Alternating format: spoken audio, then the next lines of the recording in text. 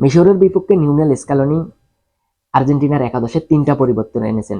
Left ব্যাকে Facundo মেদিনার পরিবর্তে তাগলিয়াফিকোকে রেখেছেন। তাগলিয়াফিকোকে রাখার একটাই কারণ হচ্ছে একজন প্রপার লেফট ব্যাক তিনি রেখেছেন, যাতে আসলে রাইট উইং দিয়ে মিশর কোনো ওপেন স্পেস ক্রিয়েট করতে না পারেন।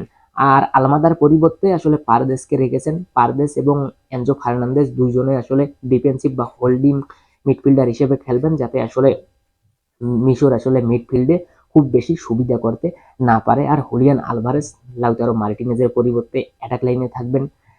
হুলিয়ান আলভারেজ মূলত এতদিন একাদশে ছিলেন না, পুরোপুরি ফিট না থাকার কারণে, সেজন্য লাউতারো মার্টিনেজ খেলেছেন। আর হুলিয়ান আলভারেজ কাতার বিশ্বকাপে কি করেছে জানেন, সর্বোচ্চ গোল করেছেন আর্জেন্টিনার জার্সিতে। তাই হুলিয়ান আলভারেজের আসলে ফর্মে ফেরা খুব দরকার। আর হুলিয়ান আলভারেজ যদি ফর্মে ফেরে তাহলে আর্জেন্টিনার সামনের ম্যাচগুলোতে আসলে জেতার সম্ভাবনা অনেক বেড়ে যাবে এবং বিশ্বকাপ জয়ের যে একটা সম্ভাবনা তৈরি হয়েছে বা আর্জেন্টিনার সমর্থকেরা প্রত্যাশা করতেছেন, সেখানে আসলে হুলিয়ান আলভারেজের ফর্মে ফেরা খুব জরুরি। ওভারঅল যারা এখন পর্যন্ত একাদশটা দেখেননি একবারে দেখে নেন।